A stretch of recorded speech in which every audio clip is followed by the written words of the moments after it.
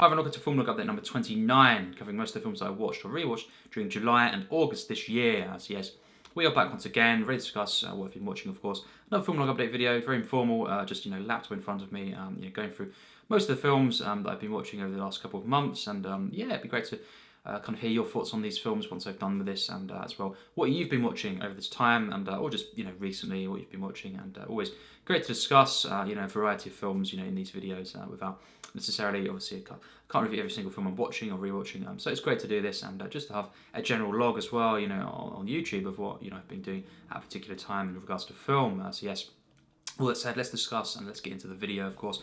The first film of July was Young Guns. Now, this is a Western film from the 80s, 88, and it's kind of this film that, I was quite intrigued, by seeing, and of course, Terence Stamp is in this film. You've got quite a lot of the young actors as well, at the time, Emilio Estevez, you've got Charlie Sheen, Kiefer Sutherland as well, a lot of these, kind of actors in this. So I thought it'd be great to check this one out, and it was just, for me, unfortunately, it was off to a kind of interesting start, fairly interesting start, but once the film got going, I just was realising I wasn't really invested in this one, and it just, so many things about this one that I just couldn't really get into. Very weird choice of music for this time period, for this setting, of course, and just the characters, what they were doing. It just, I was baffled by a lot of this film. It was very bizarre, and unfortunately, in the end, I just thought that was a real slog for me, and I wasn't really invested in most of the film at all, really. And yeah, it had some good visuals, and some interesting moments, some funny moments. But really, for me, it wasn't one Western for me that really did it, and I wasn't. Yeah, didn't like this film. Wasn't invested in this one personally. So yes, Young Guns to start off July. Next up, we have Carry On Henry. Once again, rewatching this, and it's a film that I did review. Of course, been reviewing many of the Carry On films recently, and it's the one that I did think was a good, solid film. It's the one that I did enjoy, and there's some things that are not the best of this film, but consistently, once again, like a lot of the Carry-Ons, it's very funny. And yeah, check out my review if you're interested in my full thoughts, on that one. Same goes with Carry On Cowboy. A couple of days after that, had a great time watching that again, and reviewing that one. So obviously, there's a playlist to all my Carry On reviews, but Carry On Cowboy once again is the one that I did enjoy, and it's one of the better Carry-Ons for me personally. So yeah, check that out if you're interested in my review. Then we have Home on the Range. Now, this is a Disney film. Of the century that I'd never actually seen before, and it was one of those rare few that I still have to see for the first time, really. And yeah, it's the one that I didn't enjoy this really at all. I thought it had a charming start. I think just following these cows and stuff. It was quite cute. Throughout the film there are some cute moments, but it's just really quite boring for me. And I thought some of it was just a bit too silly, and I couldn't really get seriously invested in what was going on, really. And it's just. It's meant to be this fun, adventure film, but I just wasn't really into this. And the animation, is definitely to praise. Some of the score as well, and as I say, some cute moments. I did like the start, of the film actually, the first 10 minutes or so, and once the adventure really began, it lost me personally, and I can't really remember the story beats in this. I also just wasn't really into this one at all. So that was Home on the Range. The day after that, rewatching Brother Bear, another Disney film. This is one that I really, really like, and I did review this many, many years ago on the channel, my first year on YouTube, and I did praise this one a lot, and I think even once again it's kind of grown on me a bit, in places, and it's just a really quite an emotional film, and as well the beginning parts I didn't really have as much issues as I did last time round, and it's definitely a really charming one, but also quite moving from Disney. So yeah, Brother Bear. Definitely for me, I put it above quite a few of Disney's. Then we have Carry On Spying once again.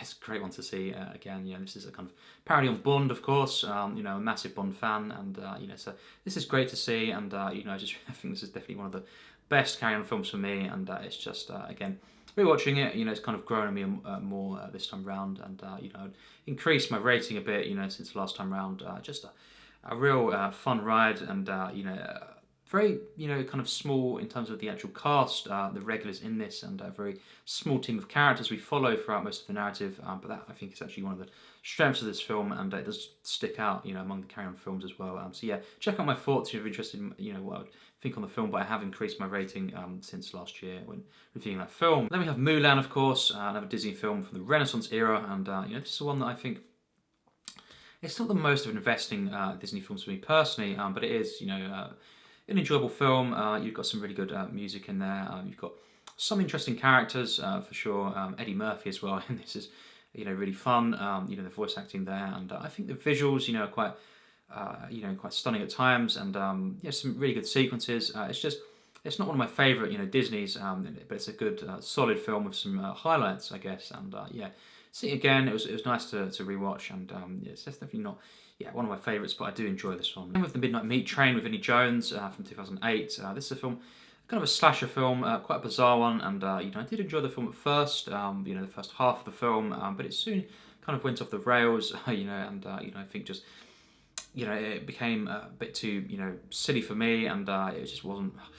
I just couldn't really stay invested in this one, and it was a bit gross at times, but even then, it became quite bland. As the film went on, the kind of the turns that happened just wasn't really behind it. So yeah, it's a shame, but it wasn't a bad film. Give it like a 3 stars, but not quite alike. I'd say. But yeah, it was a film that was a bit disappointing overall for me personally. So yeah, then we have Carry On Up the Jungle once again, talking about another carry-on film. Here we go.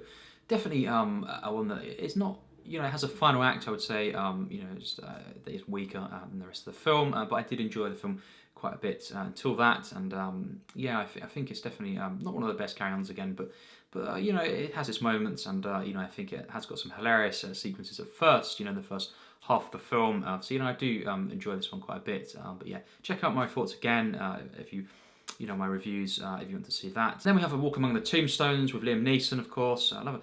Liam Neeson action film that I hadn't seen before, and I had been kind of seeing this crop up and hearing about this. Watched it, and I did enjoy it. I thought it was okay. It was quite it was enjoyable. I guess at times, but it was a bit too dark for me personally, and a bit grimy, and as well, as the film went on, I was becoming less and less, invested in this, and it was quite long for what it was. It felt long anyway, and a bit drawn out in that sense, and I think just. Yeah, definitely some really strong moments, some highlights in the film, some character dynamics, but I think they didn't really go anywhere eventually. And I just thought this film was okay, but it was, considering how it started out, it was a bit disappointing, a bit underwhelming for me personally. But it was okay, I guess. So yeah, there we go. Next up, Wild at Heart, another David Lynch film. This. Laura Dern, of course, Nicolas Cage. This is a one that at first I really, really liked. Particularly that first half of the film, and I think a bit more than that actually. And it did go off, and it became a bit too silly, a bit too wacky, and too dark in places. And I think just wasn't as investing. But overall, it's definitely a very, very solid film, and when I did, overall, you could, really enjoyed this one. It would have been a lot higher if it had been kind of the standard of the first half. But yeah, no, a real good, film, this one, and it's definitely one I look back on with. It's quite a unique one that I've seen in the last few months for sure, and it could have been higher in my rating and stuff, but.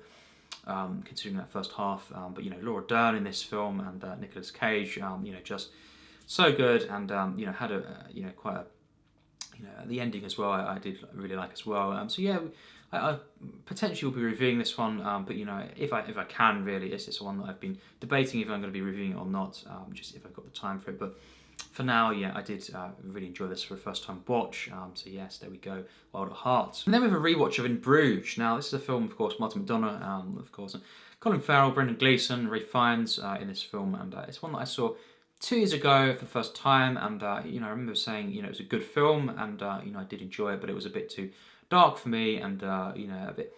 I kind of, as the film went on, it kind of lost me a bit, and I wasn't overall that, impressed by, in the final act and all this. But seeing it again, it's one of those rare films actually that's really grown on me. It's gone from a 3.5 stars, kind of good film, to actually, for me now, I would say this is a 4.5 stars.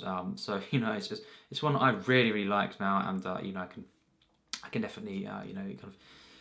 Say that it's grown on me, and things that I wasn't, big on last time round, I've kind of come round to, and, I've looked at them differently, I guess, and as well, I was just in a different mood, I guess, seeing this film now, and, it's definitely one that just kind of clicked with me this time round. So, In terms of Martin McDonagh, you know, I think it's again, he hasn't made, you know, a bad film, of course, but you know, it's grown on me. I will be doing a ranking at some point, you know, soon, of Martin McDonagh's films. I know there's only 4 films to mention, features, but nevertheless, I wanted to do this, and you know, we were rewatching The Banshees of Inisherin as well, and yeah, 3 Billboards to kind of get the full ranking there. But yeah, In Bruges has, you know, definitely grown on me, and you know, I did love, you know, quite a few you know, aspects of this film this time round, and the performances, and just the atmosphere actually, and the comedy to this. It was definitely something that I responded to way better, you know, this time round. It was quite hilarious at times, and yeah, definitely great to kind of give this one another go, because it was kind of one in the mind where I thought, yes,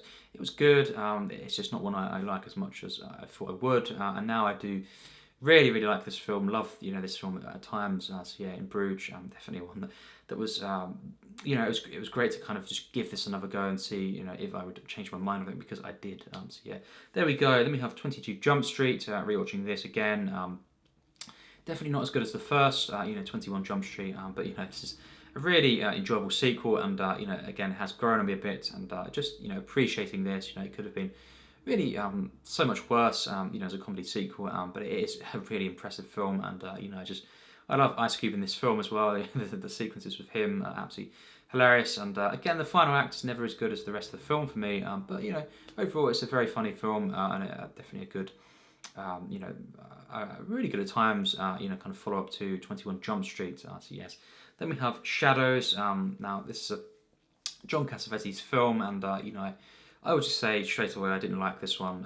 You know, I think it was just meandering, uninvesting, and had one character in the film that I was really interested in. You know, this character, but she was at times, yeah, kind of took a back seat, and just, I think, you know, it just wasn't enough to kind of make this film a like for me. It was just the script, what was going on. It was quite bizarre, and you know, it was just a bit, you know, ridiculous, really. This one, personally for me, wasn't for me personally. And then with Jumanji: The Next Level, of course, a follow-up to Welcome to the Jungle, which I really enjoyed. And this one, I did, you know, The Next Level, you know, I enjoyed it, definitely quite a bit, but it wasn't as good as Welcome to the Jungle. But you know, I think it's, you know, a solid film again, and you know, some really hilarious moments, and you know, Jack Black and The Rock in this film in particular, once again, so funny, and to see, you know, all these characters again together, you know, it was definitely a really enjoyable film at times. It just wasn't, you know, quite as good as, you know, Welcome to the Jungle for me, but yeah, it was a nice film to watch once again. So there we go, putting that on. Then we have Encanto, this Disney film, very recent. You know, I just didn't really, you know, enjoy this one, and it was quite annoying, you know, and loud, and there was something about this, I just couldn't really get fully invested in the characters, you know, especially at first. You know, this was a bit of a misfire at first for me, and it did pick up a bit, you know, but it wasn't enough. You know, if I found myself really distracted, and just, you know, kind of, you know, thinking about different things, and then trying to stay in the film. It rarely happens, but you know, it's when a film is quite boring for me, and then, you know, my mind is wandering, and just some of the film, you know, first especially, that was happening with this, so I can't deny this is not a one that, you know, I enjoy, and you know, it had some moments, some things to praise, but overall just not for me. And then we have In the Heat of the Night, of course, Sidney Poitier, you know, in this film, and this is a film that I did really, really enjoy. It's a one that, you know, first especially, I was quite, you know, amazed by, and this kind of thriller film, you know, and a real shocking film at times, and unexpected, you know, kind of turns it takes, and I just think the performances were something else. You know, it's just the atmosphere. I think the film, you know, the final act didn't quite live up to the rest of the film. It did let the film down, but overall, you know, this is definitely, you know, one that I, for the first time, watch. You know, I really, really enjoyed, and yeah, it was quite something in places for me. So yes, In the Heat of the Night. Then we have The Ice Road, Liam Neeson, you know, kind of action film again, although it's a bit different, this one, and yeah, not much to say here. You know, it was quite, you know, boring at times in the second half, but you know, I did enjoy the characters, and you know, at times, and some you know, aspects of the film. So overall it was a like, but there was one character in particular though that was so annoying throughout, and you just really kind of made the film a lot worse, and yeah, just got in the way of my investment, you know, the connection to the actual narrative. But yeah, The Ice Road, I want to check out. I would recommend it, but not one of the best Liam Neeson films for me. Then we have Madagascar: Escape to Africa. You know, I think as a sequel, you know, this is one that does, for me, improve on the first one, and I did enjoy it a lot more, actually, than the first Madagascar. So that's great, and it was a really nice film. Animation, once again, not my favourite, but really impressive, and I think just the characters and what was going on with some of the narrative was just more investing, more interesting, and more charming in this one, actually. And the location, that was one of the things as well. It was a real improvement, and it was just much nicer to look at, and I think just more enjoyable of a film. So yes, Madagascar 2. Then we had Carry On Screaming. This is the one, of course, that I have talked about as well. But Carry On Screaming is a real special Carry On film for me, and it's the one that I grew up watching, when I was a kid, and I just absolutely love this film so much, and it's great to see this again, and I had a great time reviewing that as well. So check out my review for the full thoughts on that. But Carry On Screaming it's one of those great Carry On films for me, and just absolutely love everything about this one, and just a real nostalgic one as well, for me as well. So there we go. And then next up we have quite a few superhero films. We have the Marvels, we have Deadpool and Wolverine, and then we have Birds of Prey that I watched over the last over these few days, and I think in terms of the Marvels, I really didn't like this film at all. I talked about that in my kind of MCU ranking. It was just a complete misfire for me, and it was just so unenjoyable and irritating, and just a bit of a joke, really. And it's definitely not a film that I liked personally. Deadpool and Wolverine, I went to see the cinema, and I did really enjoy it, and I thought it was definitely a return to form for the MCU, but who knows if they'll keep this up, this standard. I'm not really too sure on that. It was more of just a standalone kind of experience, and I expected it to be probably good, and kind of different from the quality we've been getting from the MCU. So I don't expect this to necessarily be the standard going forward. Who knows? They could pick up again, but I think it was just an enjoyable film. Had some issues with this one. The plot was just very uninvesting, and certain ways the characters were done at times, but overall it was a fun film, and I enjoyed it for what it was. So there we go. Birds of Prey, on the other hand, again, didn't like this one. Better than the Marvels, for sure, but it just I think just very grimy, a bit gross. Just overall just not enjoyable enough to consider liking this film. It was mediocre, really. That's to sum it up. A lot of action and stuff that was just so kind of excess, and it was just really quite gross at times, this film, and not the most interesting of films. Then we have Big Jake. This is a Western film with John Wayne, and I think this was just a real blast at times to watch. Very funny film, kind of a comedy at times, and just a very interesting film in the themes it's dealing with, modernisation, and just to see this time period, and very unique film, and a very good John Wayne Western that I'd recommend checking out, and I did review this as well recently, so you can check out that if you're interested in my full thoughts. But it was a real highlight of the month, and I think just obviously it's one of the best films that I saw in July, and rounding off July with that film Big Jake. So yes. Then we have August. Now for August, it's definitely obviously with my birthday, a lot of rewatches and stuff for. I always do this, and definitely some first-time watches that I did have a good time with as well. And first up with Despicable Me. Now, this is the one that I liked, though it was quite irritating for me, and it's not. It's a film that I didn't know what I'd think going into this. I've seen different clips and stuff, over the years, but never seen it all the way through. I can't say that this franchise is probably going to be one that I'm going to be huge on. I think this being, just very much okay, bare bones, I think hopefully the other ones aren't too much worse than this, because otherwise, it won't be much of a treat to go through them. But it was okay, I guess. But it wasn't one that I was big on. It was a bit irritating at times, and not the most of interesting films either. So there we go. Then we have Midnight in Paris, Woody Allen film. Now, so far I've not been huge on Woody Allen, but this one was my favourite. I'd say of the ones I've seen so far, and it was a bit more of a feel-good film. I mean, it really, it's something with Woody Allen. I think just he doesn't make me feel. Watching his films, the films don't make me feel the nicest at all.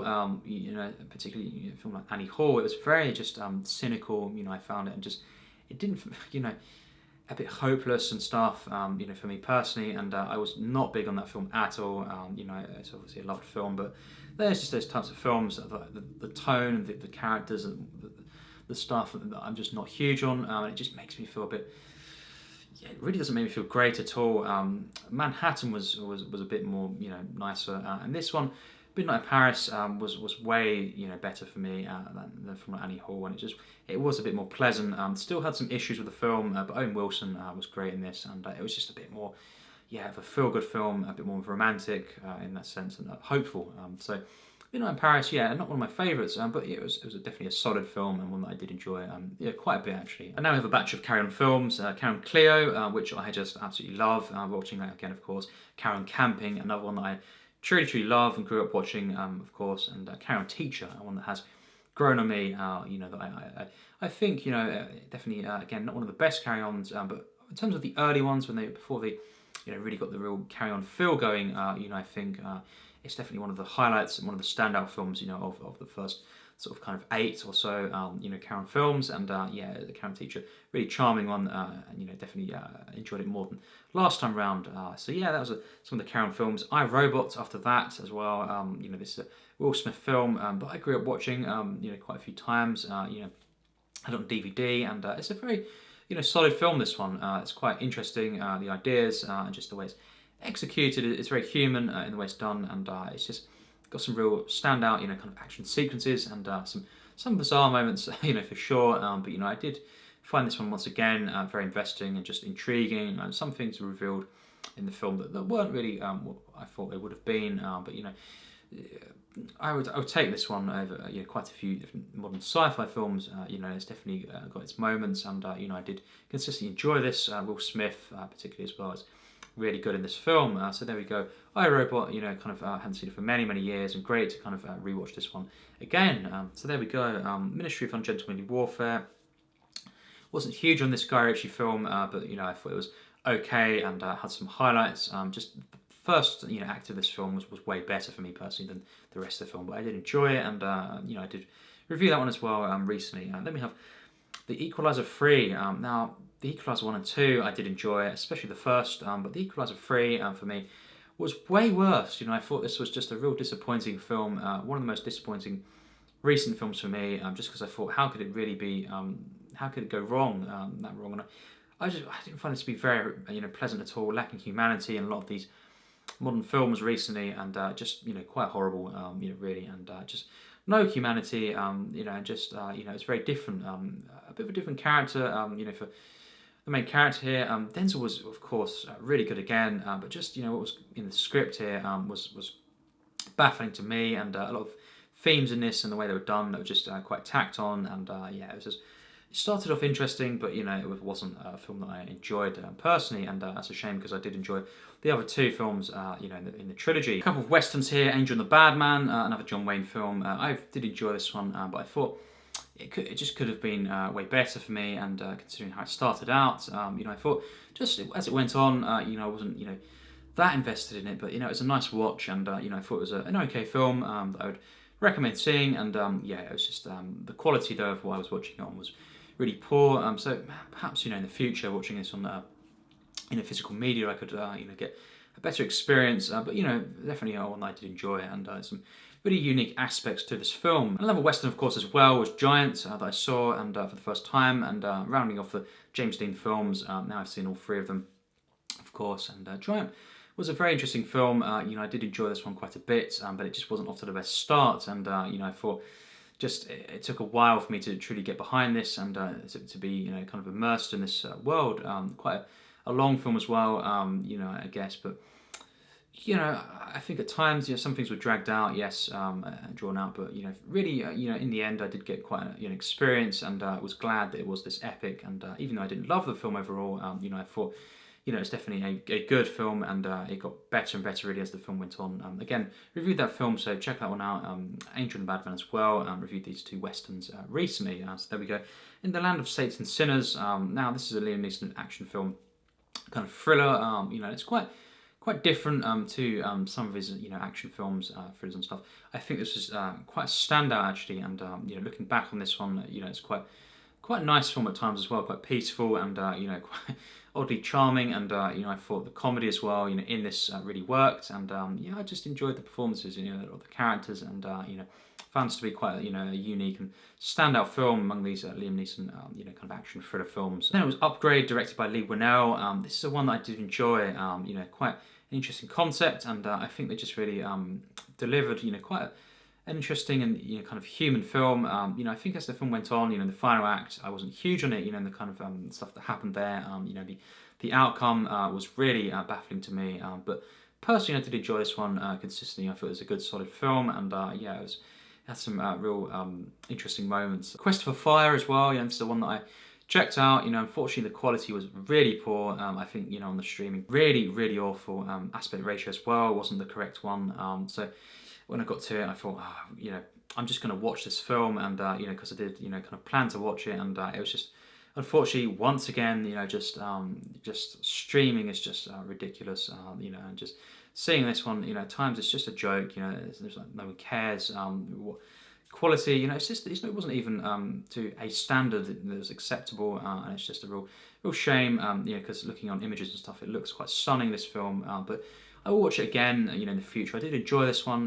It was definitely a solid film. Ron Perlman was very good in this film, and I thought just seeing this prehistoric world, these tribes, and trying to survive, it was very interesting, very fascinating. And obviously not traditional dialogue in this film, so highly recommend seeing this from the 80s, and it's a quite unknown film really, but it did get recognition at the time and stuff, and I would highly recommend seeing this. It was quite fascinating to see, for me at least. So there we go. Then we have The Return of the Pink Panther. Seeing this again, this is quite hilarious, and it's not one of the best Pink Panther films. There's a few that I prefer, but wow, this is so funny at times, and Peter Sellers is just legendary in this film, and certainly it was great to see this one again. Return of the Pink Panther, and on the same day I saw Mission Impossible Rogue Nation. Seeing this again, it could be my favourite Mission Impossible film. And I just think it's just absolutely stunning, and throughout this one just really delivers. I think, and just really is quite a special film, and as I say, it could be this or Fallout. That is my favourite Mission Impossible film, but I have to kind of reconsider my ranking in general as well. But absolutely stunning film, one of the best modern action films, of course, and just a real special film. Helpmates as well. This is a Lauren Hardy film, once again a short, but I just think it's absolutely hilarious from start to finish. This is probably one of the defining short films for me, and just seeing this again, I think I really highly recommend seeing this one. It's just an absolutely hilarious film from start to finish. It's just insane stuff that's happening here, and review this film as well as the next film, Our Relations. Now, this is the one that first time watch for me, and Lauren Hardy feature film, of course, on the set behind me, the Blu-ray set there, and just a real treat. I absolutely love this film, and really great, first time watch. So there we go. Lost Highway, and a David Lynch film that I just wasn't big on this one. This is quite a divisive film, and I can't say I like this one. Was giving it a go, but it lost me after the first act of the film, and it became an absolute bizarre, just uninvesting, ridiculous film really for me. And on my birthday, I rewatched Sons of the Desert. Now this is one of my absolute favourite, kind of films of all time, and it's just picking this, of course, on the Blu-ray set as well. It was great to see this funny Blu-ray, and just cannot recommend this film enough. Obviously, I reviewed this film recently. I really do think this is one of the greatest films ever made, and it's just what a special film. I saw this from a very young age, watching this one constantly, and just one of the real highlights, just of my childhood really. And for me, I made a statement in the review that check out if you're interested in seeing that, about this film. So there we go, Sons of the Desert. And then after that, I saw El Dorado, first time watch of this Western with John Wayne and Howard Hawks' film, of course. Review will be up very soon for this one, and overall I did enjoy this one. It was a solid film, and it's definitely one that with the characters that would stand out, and it's just a nice film to see. So yes, then we have Dumbo, rewatching that, obviously on Blu-ray. Finally seeing this on Blu-ray, and just one of my favourite Disney films. It's just so special to me, and very simple film. Obviously, after the kind of financial not exactly successes, of some of the previous Disney films after obviously Snow White was. We have Dumbo, the attempt to kind of make it more simple and commercially appealing, and just more safe, you could say, and I think it does deliver. I think a film that is kind of is more simple, but it's just so powerful, and I think just very short film as well. It's one of the shortest Disney features, but it's one of the best for me, and I think just everything really in this film, it's just stunning. Just the character of Dumbo is so cute, and obviously a silent character as well. So it's really just great to see this, and it's just a really wonderful film, magical film, from Disney, and definitely of the golden age. It's not quite my favourite, but it is one of the. They're all great really for me, and it's my personal favourite. Is that the first 5 batch of Disney films, the true golden age of Disney. That's my favourite kind of period. Because I do love all those films, and Dumbo is one of those films. So there we go. Dumbo, of course. Carry On Doctor, the day after that. This is just one of my favourite. Really among my favourite comedy films, and as a Carry On film, this is a real standout to me. And check out my review for full thoughts. But it's just what a film Carry On Doctor is. My most watched Carry On film as well. So there we go. Watching that again. A History of Violence, David Cronenberg film. I wanted to give this one another watch. Saw it in 2020, later on in the year, very near the end of it. So seeing this again, it has grown on me even more, and it's one of the very best David Cronenberg films for me, and it's just absolutely stunning, really, from start to finish. The final act as well was better than I thought it was. Last time round, I had less issues with it, so there we go. Absolutely stunning. Viggo Mortensen as well, especially in this film, gives a stunning performance, and I just thought it's just one that reels you in, and it's it never lets go. Really, for me, I was just so invested in this film, and it's just what a great film this is. And with Madagascar 3, Europe's Most Wanted, this is one I wasn't huge on. It wasn't as good as the other two for me personally, but I did enjoy it, and I think it had some interesting elements. A villain, I guess I can see what they were trying to do with the villain. It wasn't one of my favourites for sure, but I think definitely quite a unique film, and had some enjoyable aspects, scenes, and just characters as well, dynamics, but just wasn't for me as enjoyable or as investing as the other two personally. But there we go. Karen again, Doctor again, reviewing this recently, and definitely nice to see this one as a follow-up, of sorts to Carry On Doctor. Obviously not a sequel in the sense that all the characters are different, but definitely cool to see the different nods to it, and similar themes, of course, and locations. So yeah, an enjoyable film, but just nowhere near as good as Carry On Doctor for me. Reviewed that film recently, so check out that if you're interested on that. 7 Psychopaths, watching this again, Martin McDonagh, of course.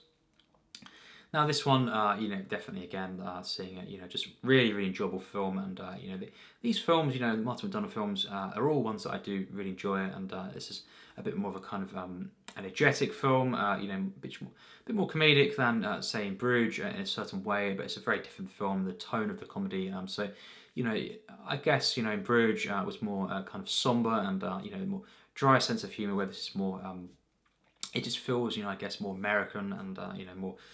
Just more of a standard, comedic, kind of drama, thriller, violent film, and I think what I prefer. Again, I can't really decide of these films, and wait for the ranking for that. But great to see this again, and just a real ride of a film. I've seen this a few times now, and just certainly one that I do enjoy quite a bit as well. So then we have Six Shooter. This is the short film that Martin McDonagh made, and this is very interesting. It's quite dark, this one. I didn't think it all worked really for me, but it was cool to see where he kind of certain elements you can kind of see where he went on to kind of develop in his actual feature films. So I'd highly recommend seeing it. It's just very dark at times, but it is very wacky as well. So it didn't really have the same effect that it would have done if it had been just purely this kind of dark film, because it was a very particular sense of comedy in this film, and quite wacky and bizarre. So it was one that I couldn't really take too seriously in that sense, but it was cool to check out.